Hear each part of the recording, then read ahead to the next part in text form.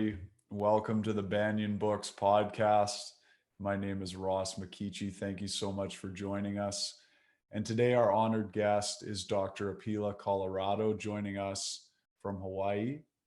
Before I get into her formal introduction, I'll just let everybody know that although we have people joining from around the world in the Banyen Books community, the physical location of Banyen Books and Sound in Kitsilano and Vancouver is on the traditional and unceded territory of the Coast Salish peoples. That includes the Musqueam, Squamish, and Tsleil-Waututh nations. Now, Banyen Books, as many of you know, is in our 50th anniversary year. It's Banyen's 50th birthday as Canada's spiritual and healing resource.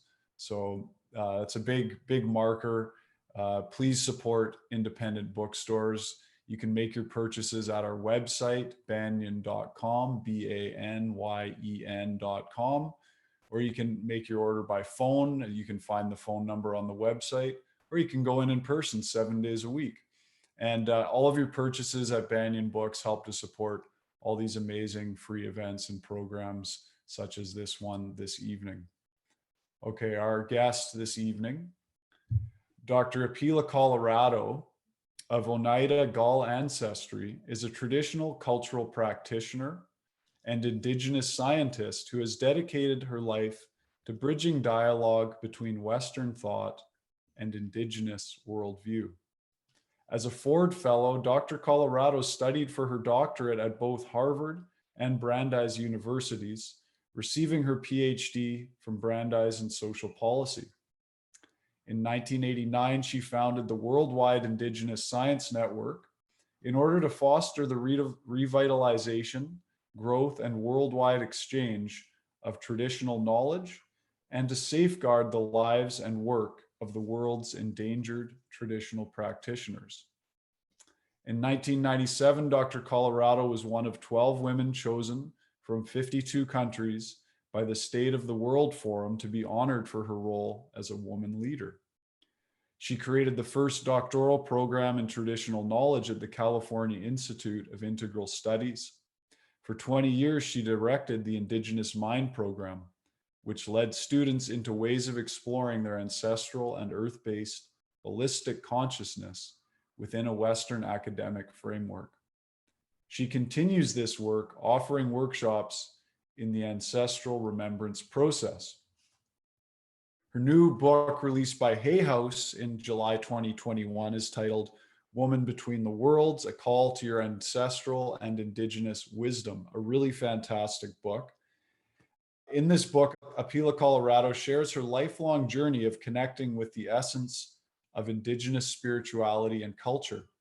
From China to Alaska, Banyen to France, Apela recounts her passionate work to communicate, conserve, and celebrate sacred Indigenous ways, all while reawakening to the wisdom of her Native American and French Gaul ancestors and reclaiming her own truth, healing, and story.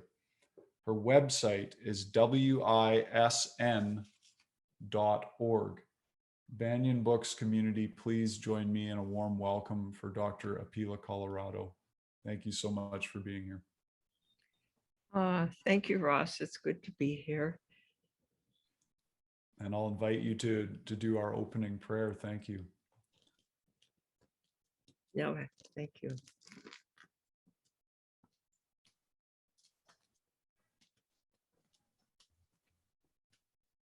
In the smoke of the fire, and the warmth of the flame, and the purity of the cedar, around a virtual fire we assemble, as in days of old. Each of us on this call represents a line from the earth, from the Creator, an ancestry through which the remembrance and the renewal flows and awaits now.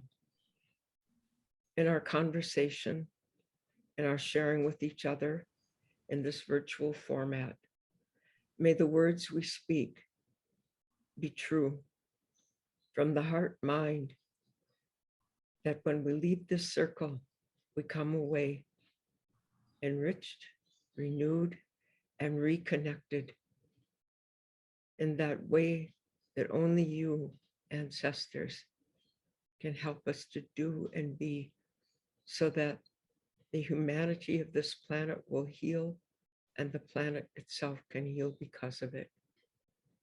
Oh, I know all my relations. Thank you. Thank you. Can you tell us about the question, who are you, that Indigenous people in the Americas have been asking the European settlers or colonizers since their arrival? And how did this question relate to your life's journey? Well, you can find it out in the book. Yes. You could read the book. But the question of who are you, it was a big question in my childhood when racial divides were really stark. And where I grew up, there were two things you could be. You could be Indian or you could be white. And there was very little communication between the two. So in the case of my own family,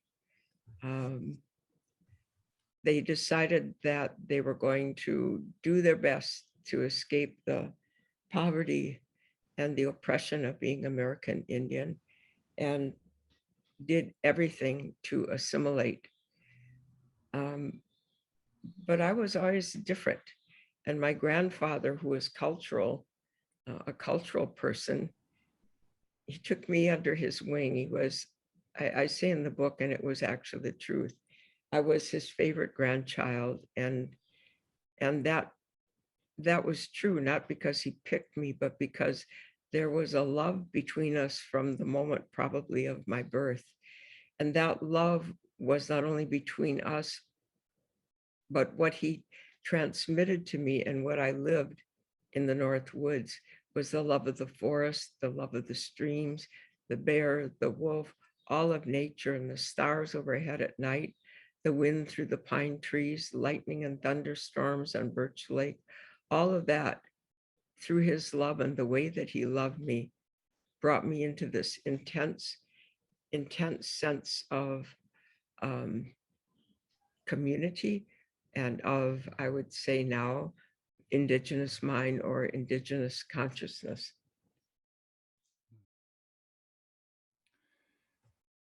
Your life journey and your life work are really about this bringing together, or I shouldn't say necessarily bringing together, but finding a way for the Indigenous mind and the Western thought to come into some kind of harmony. Can you give us a little bit of an idea what that means or what that might look like?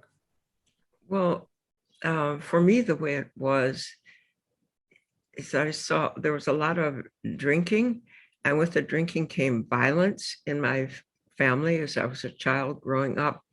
And I would hear that, like, as the drinking went on, eventually there would come to a point where people would start talking about being Indian.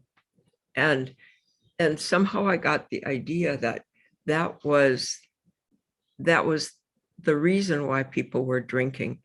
But the drinking was so severe and so scary and intense that it also showed me that there was some kind of really big power there, because I thought, if these adults, these grownups that I love, like, if that Indianness could cause that, there must be something to it, right? So I decided that I was going to find out what that was. And that's the journey that I'm relating. But it wasn't even, it was just in me. I was just kind of born that way between the worlds. From when my grandfather took me out under the lunar eclipse when I was just a child, from that, maybe that excited it in me, spiritually excited in me. But there was just this determination to get to the bottom of this identity question. So I started out saying to who am I? I decided that I was going to be the person in my family to answer it. And I was convinced that if I could answer it, I would bring healing to my family and to my community. What challenges? I mean, you were the first person in your family to attend university. And I just want to, first of all, say to everybody, this book is really a beautiful book. I really enjoyed it. And so I really highly recommend everybody read this story. It's like this mysterious unraveling, the whole thing as you go through it. And we're only going to touch little pieces, but this book, there's a lot to unpack. So you were the first person in your family to go to university. What challenges did you face as an Indian American woman or Native American woman at that time, going to university and then getting out into the world? It was really it was frightening for me. I was the only American Indian in any class in a place where there were a lot of Indians living, but I was the only one. And I didn't think quite the same. And I knew I didn't look, if you look at me, you can see I'm half and half, right? But then I would be with non-native, I'll say non-native people. And eventually they would always ask, like, excuse me, like, what nationality are you? And then when I was with Native American people too, I could feel later on in life when I would be in ceremonies, I would be the only mixed blood person in the room. And I could feel I brought discomfort to them because I was, I was presenting like the perpetrator. Here I am, But when I got like teenage and late years, without really having a strong grounding in my Native American culture or the Gaul French side, I was really at risk for suicide. It was probably the most vulnerable time of my life. So the setting was absolutely perfect for me to choose to find out what it meant to be in two worlds, to find out what was the lived meaning of what my grandfather did when he took me out under the full lunar eclipse. What was the mystery of that? When I was writing this book, it makes me really happy what you said, Ross, because the whole time I was writing it, I had some teachings from elders going through my head. Like the first thing is, as a Native American, there are no teachers. The best connection is the direct connection between us and life. And elders will always say, like, don't put your faith or trust in another human being as your spiritual leader, because another person can lead you wrong. But you can trust what the creator, creatress says through nature. Because, for example, a tree, it doesn't lie when it has no leaves, right? It has them or it doesn't. That's it. So there are indigenous ancestors, and that's all of us on this call, if we own it and claim it and renew it, saw that there was a wisdom in understanding the mystery of life through its unfolding in nature. So when I set about to write the book, I was thinking, oh boy, I have to put myself in it. I'll check, right? And it's supposed to be that what I'm doing is helpful to someone else. It's supposed to include others when I do it, when I'm doing it. And it's supposed to be prayerful. So the whole time I was writing it, and it took 8 years, and mind you, half of a book, half of what I wrote was chucked, right? Because when it hits the editor, nah, this won't last. We only got so many words. That's going, oh no, that was months, right? So as I was writing it, truly, like, I prayed and prayed and prayed every day, every night, pray, that something in the book, that it would be a ceremony of renewal for the reader in some way, because that's what elders gave me. They never told me, do this, do that. but just like my grandfather's love and words, it gave a way, it showed a path. And I was told by elders that while we don't have teachers, there's no like priesthood or something above us, and nobody below us either, as I said, but we do have something we can do for each other. And the something we can do is we can share our stories with each other. And in sharing our stories, there's two things of value. One, that in the story I've shared with you now, in the book, maybe it will help you avoid making some mistake or hurting yourself in some way. And the second thing it might do is it might save you some time on your journey of renewal and rediscovery and living life in a good way. Did I answer the question? Absolutely. It's interesting to me that there's a teaching of sort of not putting anybody above you, and yet there is a deep respect in Indigenous cultures for elders and healers. How do we sort of reconcile those two? Because there's obviously a reason for that, although it doesn't seem like the elder would be asking for that specifically. What makes the difference for us is that we're related. Right? If it's your auntie that's your healer, or your cousin or your uncle, it isn't like what we do in the Western world, where we put those people like on a pedestal.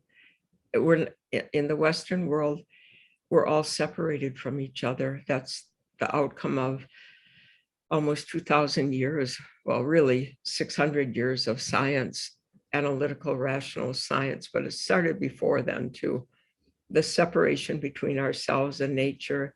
And if we're speaking English, but most modern languages also reinforce the separations. So in the Western world, our specialists are considered to be above us. But in the Native world, where there's a deep, deep love for the healer, you also know about that healer's life. Like, you know that when this person was young, they were really a scoundrel and they did this or they did that or whatever. So even if you'd be tempted out of gratitude for healing or something, you might be tempted to put that person up here. You don't really do it because, just excuse me, Kyola, I'm on a Zoom call. My husband's just popping in. Hello. We have a Hawaiian ceremony, and when this call is over, he's organizing for an Ava ceremony, and he's the carver artist. I should have brought him in. Yeah. The book Come Alive. Anyway, where were we? You were just finishing saying, you know, for the healer, even if we're really grateful to the healer for a healing or something.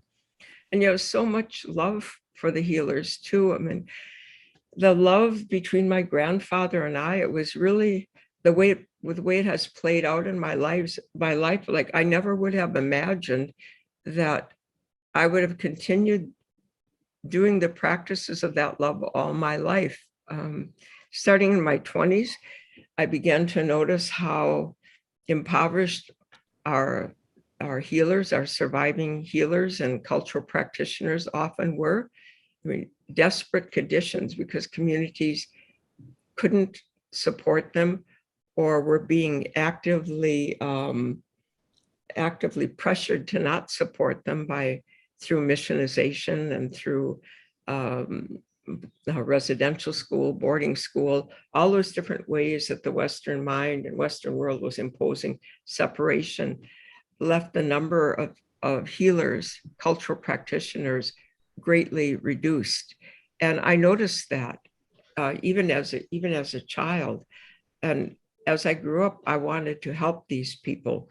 So from my 20s all the way up through my late 40s and even early 50s, I did all kinds of things to help cultural practitioners. But I have to tell you that doing it, like, one of the most basic things we needed was money. well, how can you raise money when they would say, like, you can't talk about it and you can't take pictures. Right? Now that's all changed. And most of them within certain parameters permit that, but then they didn't. But in a way, it didn't matter if it had to be, well, Ross, that Native American spirituality was against the law that, through the potlatch laws in Canada, and in the US through administrative fiat and so forth. In the US until 1978. And it happened I was a student board member to the group that penned the law that restored the right under the US Constitution and government to practice American Indian spirituality. Before that time, I mean, just imagine this for a second.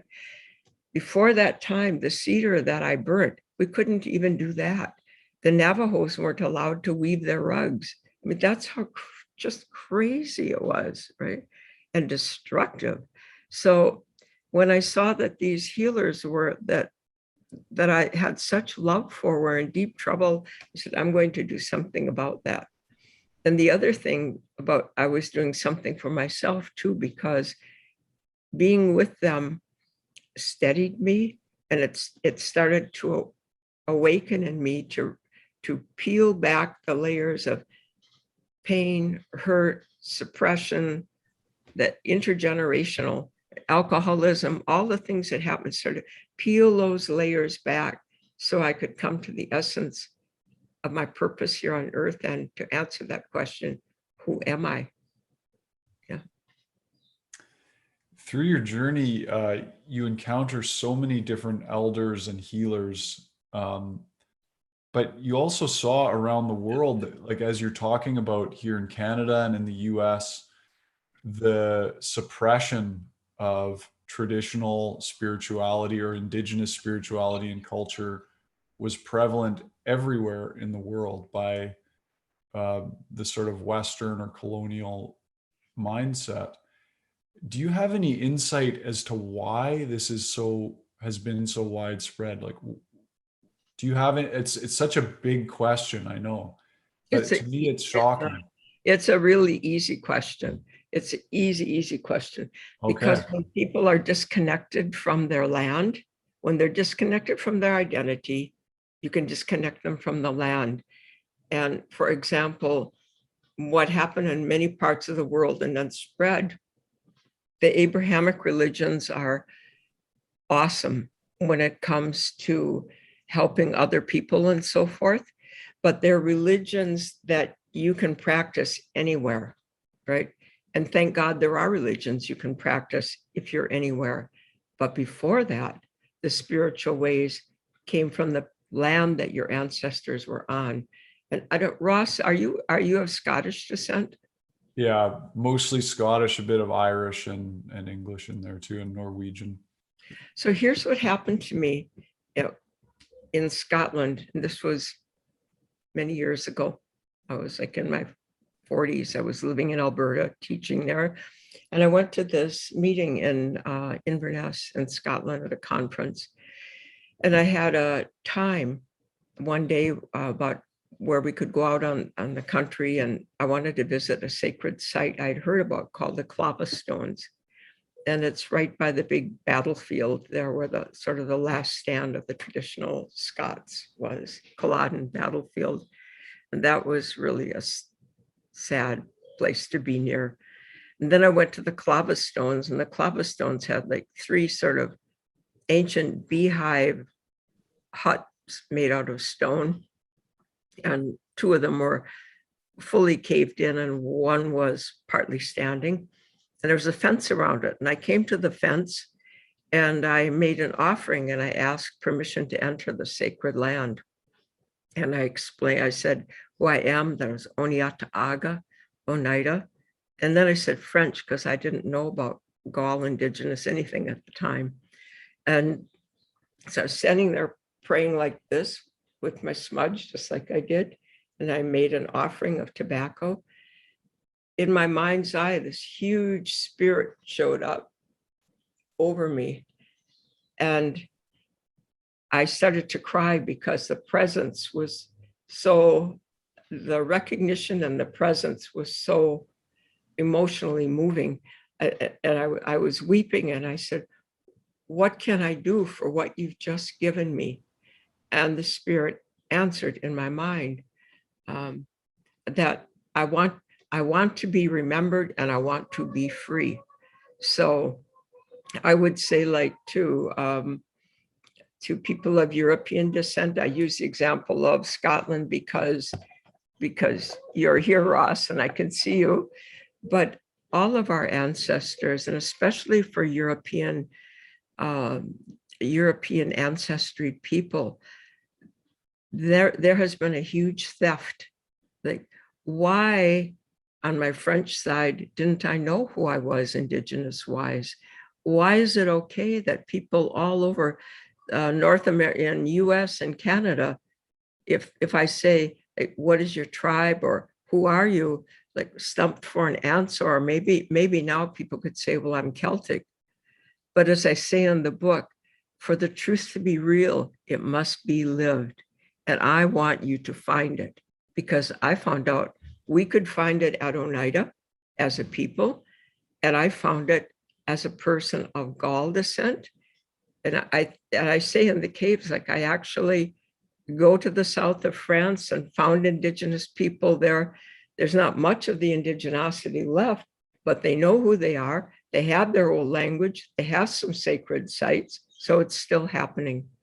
And farther back in time, I'm one of the fortunate people that gets to go to the painted caves of the south of France for ceremonies every year.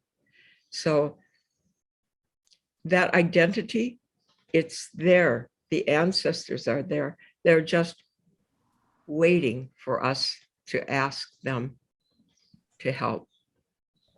I also found out for my husband, as I watched him make his prayers when we were young people, and I heard him say something that was so beautiful. And he was asking the Hawaiian spirits who went to this old sacred site. And he said, I'm really sorry that I haven't remembered you. And I can understand that you don't want to help me, but I really need you. And if you would help me, I'll never forget again, I promise. And boy, did they help.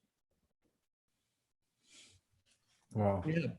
Because of it, I live in a house now that's made traditional style. It's filled with Hawaiian images. There's canoes, traditional canoes we sail in, because he's a carver. Yeah. So all that, I'm saying all this, like, I can feel a certain hush right now, because there is a sorrow. Like, American Indians, we lost so much too. And there was a sort of a prejudicial belief that was self-serving. Well, American Indians, they know who they are, and always got an axe to grind about something. But the fact of the matter is, 400 years of history and assimilation had taken its toll. It's that way all over the world. Indigenous people have to fight or live for their indigenous mind. And here's the reason. If you're on the fence, like, oh, let me back up. Okay, so why don't we all just reclaim our, now I'm going to speak on my French side. Why don't we all just reclaim our European ancestry? Well, one reason is it's been disconnected for so long. An analytical mind tells us it's in the past, can't do anything about that. Whole mind says it's all present, right? So if we do decide to find out who we are, there are some gargoyles at the door waiting for us. Like, if you're of German descent, there's the Nazi history in your past. If you're English, you have the British Empire, and on and on and on and on. I can tell you there is no culture, including Native American cultures, that has not been a perpetrator to somebody and a victim of somebody. So in the recovery, we have to look into the shadow, because that's where the gold of our identity is. That's the gold that can save the planet, right? So those of us that have that desire inside to be whole, to reclaim that power of knowing and being in an Indigenous way, and not with blocking the analytical Western way, but holding these two often oppositional forces, not trying to wipe either out, holding it and coming to that third place. That's where the power is. So anyway, for me, it happened, which I describe in the book. I'm recovering from breast cancer, and I just a couple of months, if even that, out of radiation. And I was like a little skeleton and really weak. And friends of mine who are MDs and African American had organized a big ceremony in Benin, in Senegal, and then Benin, West Africa. And they wanted me to come and reassured me that if anything happened, I would be well cared for because there were nothing but doctors around me, in addition to traditional African healers. So there I was. And one day in the conference, we had a side trip to a place called Goree Island. And this is an island where Africans were rounded up and imprisoned and sent there before shipping to the New World and the Caribbean and South America to be, and some Canada too, to be slaves, right? So when we get there, as we're approaching this island, the water was all blue and sparkling, and the houses were different painted colors like adobe and bougainvillea, fluorescent, white sand beach. It looks beautiful. But as this beat up old boat overfilled with people approached, the sense of dread came over me. When I got out of the boat, there's little kids running around happy, trying to sell scarves and things. And then we get to the house of slaves. But it was, as we get closer, the feeling of dread got worse and worse. And we get inside, and then I see this room. They show us this room where girls were shackled, chained to the wall, and one room where young women were just taken for breeding by the slavers, another room where a hole in the ground where recalcitrant men were thrown when they tried to resist or fight.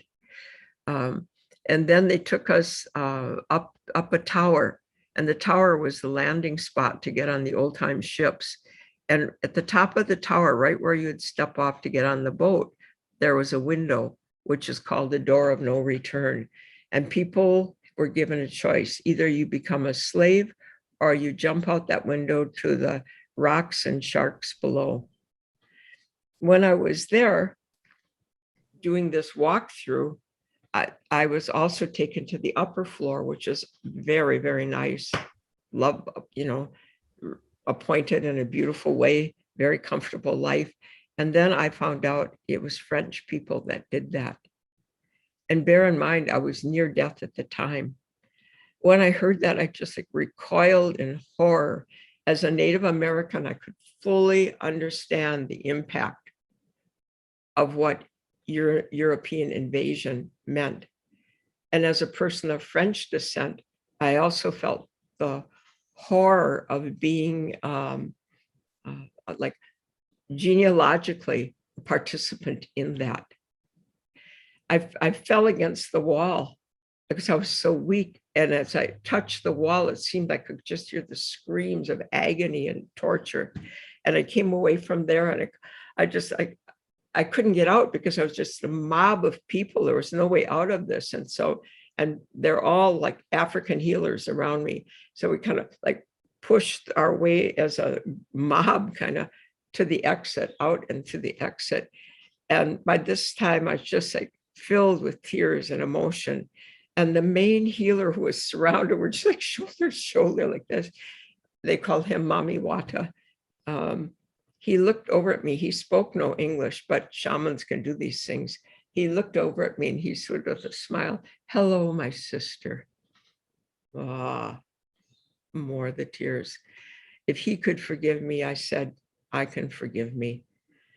Another thing that helped is I remembered what Virginia Satir, the late marvelous social worker in the 1950s, who later in her life, late life actually, worked with American Indians around family constellation work and identity issues. And Virginia said this: I may or may not be responsible for what my ancestors did, but I am making myself responsible now.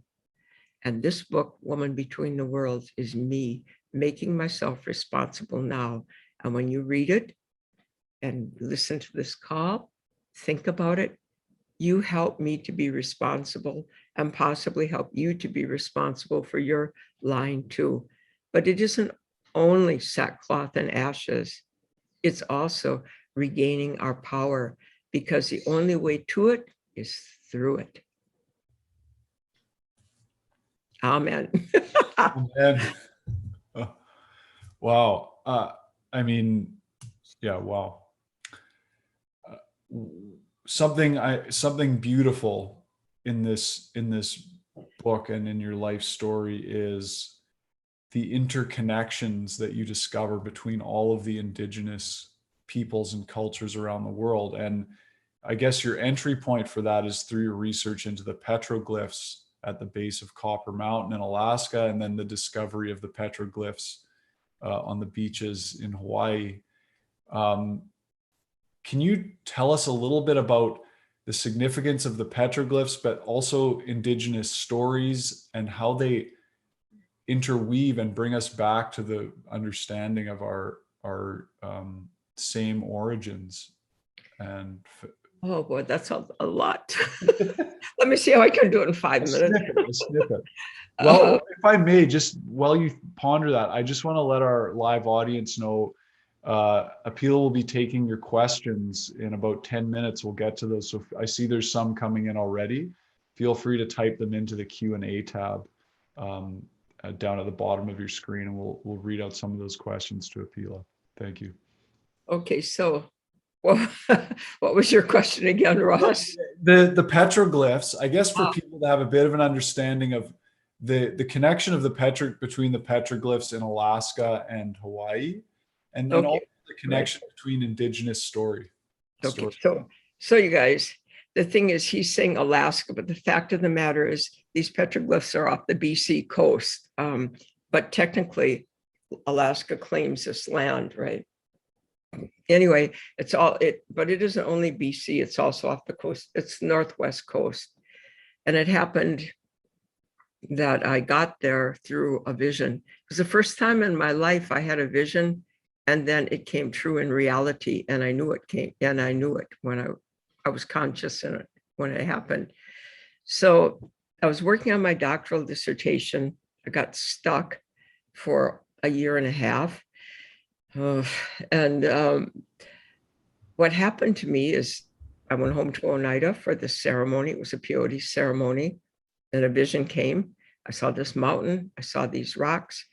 I'm doing this fast forward, so I'm not doing it justice really, but within a matter of a couple of years, I ended up off the coast of BC in a little seaplane, and the seaplane got socked into a squall. We popped out. There was this mountain I had seen in the vision. It was called Copper Mountain now. And at the base of it were all of these big boulders. And of course, I didn't know that from the seaplane, but later I found out that there were all these petroglyphs. So essentially what happened is, as the screws are being turned in my Ivy League doctoral program to think this linear way, then the ancestors said, not so fast, apparently. I didn't see it at the time. I see it now. And I ended up learning my ABCs off the BC coast from the petroglyphs, the ABCs of how to think holistically. If you'd have been there, you would have laughed, because I did the best Western research I could do, and nothing would open these petroglyphs. I can't get it. I don't understand. So I drew them. I had them up on the walls. I dreamt about them. I talked with every elder. I pestered everybody, like, I need to know what this is, But there was one that just riveted me, one in particular. And there were about 150 of these rocks along the tide line. And when you're listening to me talking, you may take this as Apela's journey through adventures through all these things, but even like we're just one person. I'm not even 5'1", right? Just a small person, right? But that didn't mean I couldn't do something or give something back to this place. So as I was there making all these notes and so forth, and I actually brought a medicine man, Hanson Ashley, from Navajo land to help me, because I knew he was my age, but I knew he understood how to read his symbols. And then we went and talked with the local elders together. And so from that, I ended up going to a ceremony in Navajo land. And at that ceremony, the image on the rock that had captivated me, which was, there are various names for it, like the Haidas call it Wasco, like the sea monster or sea spirit. And of course, Tlingits have a different name for it. All up and down the coast, everybody knows this spirit. So that's the rock that had me captivated. And when I got into this Navajo ceremony, deep, deep, deep into the ceremony, I got pulled into a vision. And in this vision, you can read about it. It's terrifying. And the thing about vision, you can't pull out of it. It has you. It's not something you dream or imagine or hope. It has you. And I'm moving through this water, and then deep, deep, dark water. And my heart, in reality, three-dimensional reality, I looked down in that ceremony, my calico shirt, I could see my heart pounding so hard, the cloth was going up and down like this. I didn't know that the medicine man could see what was going on. As far as I knew, I was alone. So the thing ate me and I just blacked out. And then when I came to, it was like breathing me out. And from that time, I started pestering more elders. This happened. And the Navajos gave me a story. It's too long to get into, but I think it's in the book, about white shell changing woman. And white shell changing woman is a woman who sees the earth burning up from too much solar energy, too much male energy, like now. But the old time stories don't go past, present, future. They can be anytime, which is why they're so cool, right? So according to the Navajo story, white shell changing woman goes on a fast. She wants to bring rain for her people and heal the earth. And she gets direction. She takes her twin boys. They go to the West Coast. They're walking. They're under strict sacred law, kapu or taboo. And one violates it. He gets to the water and he says, you guys got to put me in the water because I'm changing. And he changes into this big sea spirit, this lizard, this great lizard spirit. So, and they sail, or she sails with the help of local native people on the ocean. She sails to the island farthest west. And when she got there, her promise to the Navajo people is that she would always send life-giving rains back from this place, right? Okay, you guys, imagine my surprise when I arrived on Maui with a good Haida friend, Dorothy Grant Davidson, and she takes me to meet somebody that's a friend of she and her husband at the time, Robert Davidson, your carver from there. And she drives me up here and I get this feeling. I say, oh my God, it's like that vision of the lizard eating me or and breathing me in or whatever. And sure enough, I get here and it turned out I was meeting my husband, Keola, who just walked in when we were talking earlier. And the house that I'm at is on the site of an old pond. And at that pond, in traditional times, like 100 years ago or 90 years ago, Hawaiians would do a ceremony and this 34-foot black lizard would become manifest. And that lizard was cared for by a woman named Alice Shaw. She was the last in a lineage of practitioners. And my husband actually knew her when he was a boy. She was his grandma's friend. So that petroglyph in learning my ABCs, look what it did to me. And the other thing is those petroglyphs off the coast, it isn't just like one rock, one teaching. That petroglyph is connected with all the other 100 or more that are there. It's so sophisticated that like when the tide comes over these rocks and then it goes out, it reveals images that you can't see because there's erosion and so forth, but also that you are probably never meant to see because tides are so complex. And there's always, they come up at different rates of speed and they come up at different times. And some tides you don't get for many, many years. So off the BC coast and Southeast Alaska, if people want to voyage and sail, you cannot just look up at the stars and navigate because you can't see the stars, right? But these printouts in this tide line can tell you what you need to know. And I didn't know it at the time, but I helped to rediscover all of that, to archive all of that, and in that way give something back. And I'm still trying to give something back by telling the story to you too, because that lizard is the spirit of conception. That lizard is the spirit of creation. The lizard in the water is the fetus in the womb, right? And now to your story. Okay, you guys, I was anticipating Ross might ask me this. So it's in the book, but I want to tell you what Hanson Ashley told me once. Like, so why you bother with all this, with these rocks and this going back and your lineage and all of that? Okay. Check this out. People who are recognized as Native people, Indigenous people around the planet, constitute 5% of the population. And yet, we are responsible for 85% of the world's biodiversity. So the answer to your earlier question, Ross, like why this big loss of identity, especially for people of European descent, is obvious. You wipe out the identity, you can steal the land, you do anything you want, right? But here we are, for the few that kept that identity, the 5%, 85% of the world's biodiversity. So pretty good if we all get back to that, huh? Anyway, here's what Hanson Ashley said to me. He said,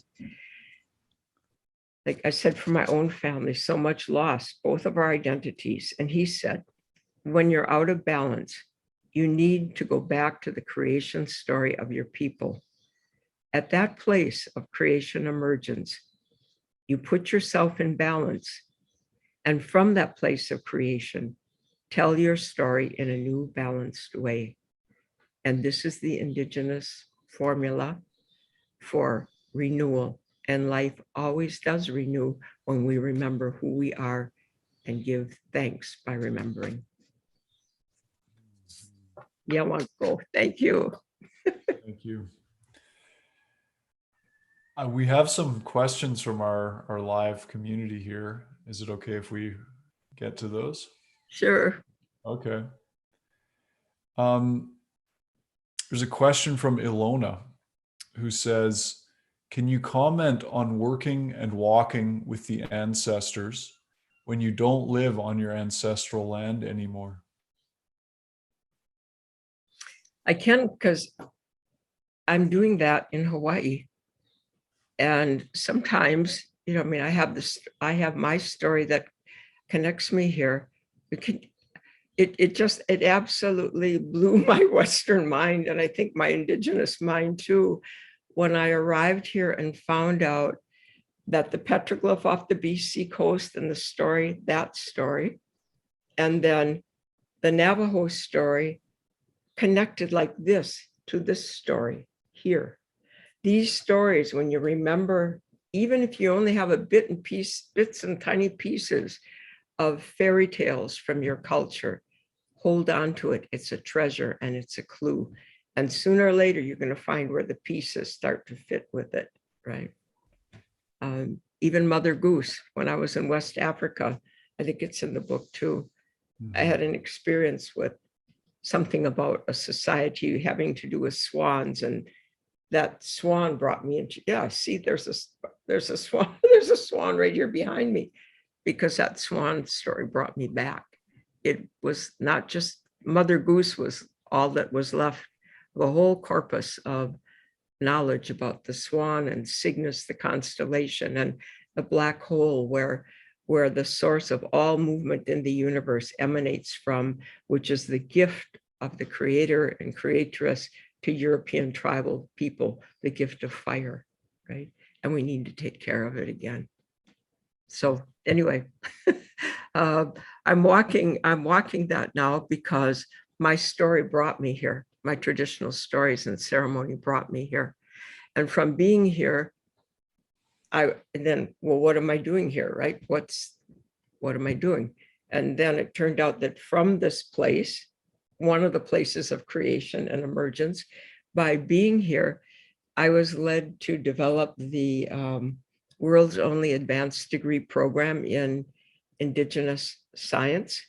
And it's now at the university, the United Nations University for Peace in Costa Rica. And it's also distance learning. So the program is set up to provide a crucible for people as a collectivity to remember who we are, to remember our Indigenous way of thinking, of being, to be connected with other people, and then to have it grounded in environmental studies and United Nations diplomacy. So being here, like, how do you walk? How do you walk with it? The best way is just what I'm saying. Know who you are deeply, and you will see how you're connected, and make an offering. Go to a tree that's close to as close to the sacred tree of your own people as possible.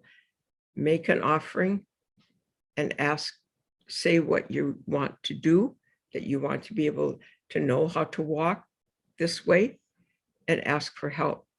And then watch the dreams that come, watch the synchronicities that happen.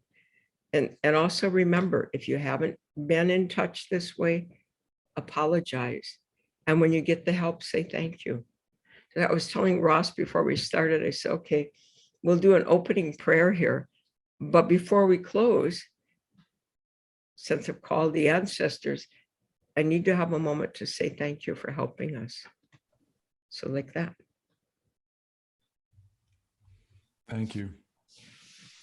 We've got about 9 more minutes left, and we've got some more questions rolling in from our live community. Here's one from Lindsay, who says, "Hi, Apela, lovely to see you.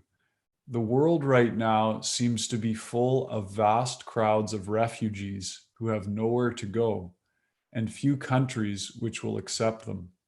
All of them, especially their children, have been ripped from their past and their homelands and have unknown futures. What wisdom can you offer on how all of these displaced people can find wholeness and a sense of home?" Well, of course, there's practical things we each can do.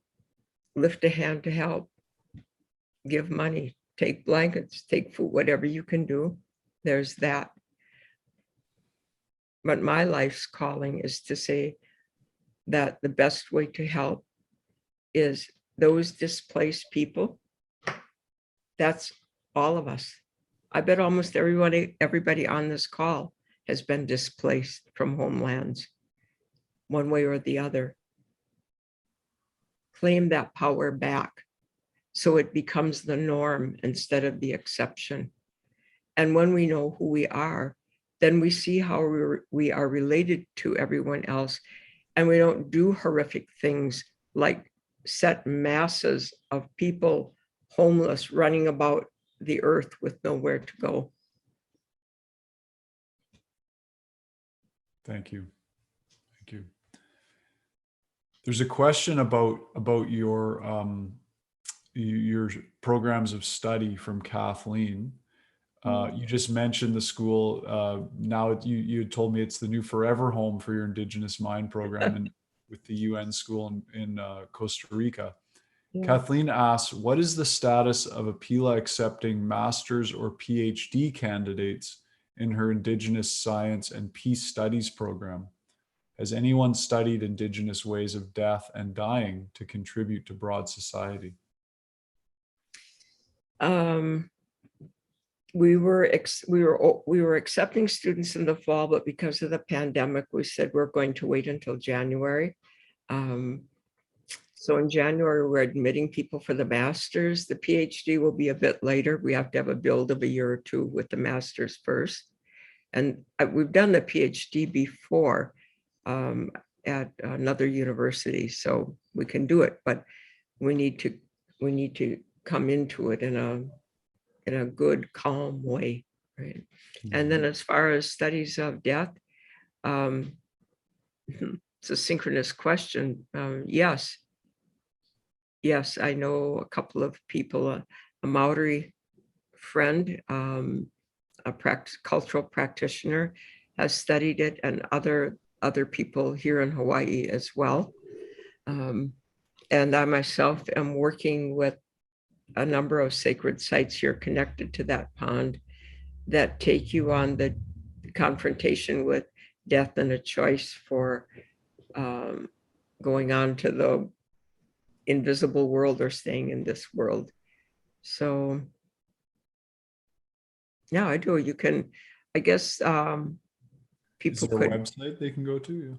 Yeah, I'm just wondering, you can write to me, apela@wisn.org. I'll get it. Apela at? WISN.org. Oh, okay, awesome. We'll get Jacob to throw that up in the chat for people as well. Apela, I think we have time. Let me just check the time here. Yeah, we've got time for one more question.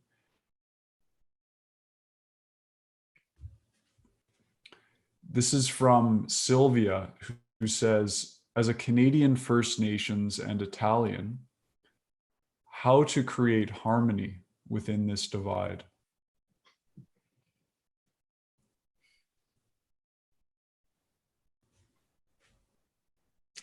I think I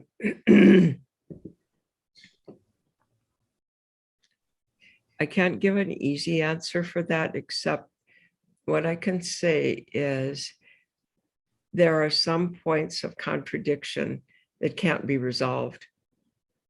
They just can't.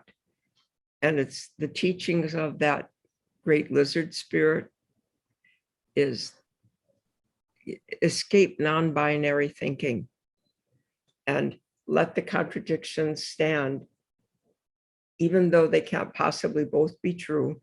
You just let it be. And as you let it be, you come into that lokahi, as Hawaiians say, or the harmony, the overtone where spirit comes in. You can't resolve it through confrontation. It won't work. This won't work. And the other thing is know deeply who you are on both sides. You fall in love with yourself. There's a point in the book where Dorothy, the woman who helped me most with my Oneida heritage, Oneida matriarch, and she's always good. She has a snappy answer, and brave, courageous woman. And a colleague of mine said, geez, students are saying to me, they're American now. What difference does it make where they came from? They're from the Sacramento River now, or Calgary, or whatever. What do you answer them? So I said, well, when we pick up Dorothy, you can ask her. She just came off a long flight. She might be tired, but we'll put her to the test. So when we meet Dorothy, I said, Dorothy, Kimmy has a question for you. And Kim asks her, what do you say to people who say it doesn't matter where I come from? I'm Canadian now, or I'm American now. And she says, you tell them, if you love this land, wait until you see your own. And that was my experience with France. Something just came up through me, just like love. I had that same feeling at Oneida. So it isn't either or, even though it's also is either and or. That's the teachings. Apela, thank you so much. And we've got some just some thanks coming in from people. Adelheid says, no question, but thank you, Apela, so much for your presentation and congratulations on the completion of your book. I will order it soon, hopefully at banyan.com. Yeah. And we'll Right. be in touch. Chinan. I don't know if I'm pronouncing that right. And then Heidi says, I'm so thrilled with your story. It is a real treasure we can all learn from. Thank you so much. And Oh, Kathleen, who asked about the program of study, she says, thanks so much for asking, Ross. I'm going to apply in January. I'm so excited. woo! Thank you. Thank you. Gratitude. Yeah, good. So, as always, thank you to everyone in the Banyan community for showing up live and those who watch or listen to the recording. Thank you to everyone who works in the shop at Banyan Books, from the front of house to everybody in the back, shipping and receiving, and all the purchasers. And of course, to Jacob Steele, our podcast producer and the man responsible for all of the free programming and amazing events that Banyan puts on. Big thanks to him. And of course, to our guest today, Dr. Apela Colorado, thank you. And I'll pass over to you to have the final word with a closing prayer.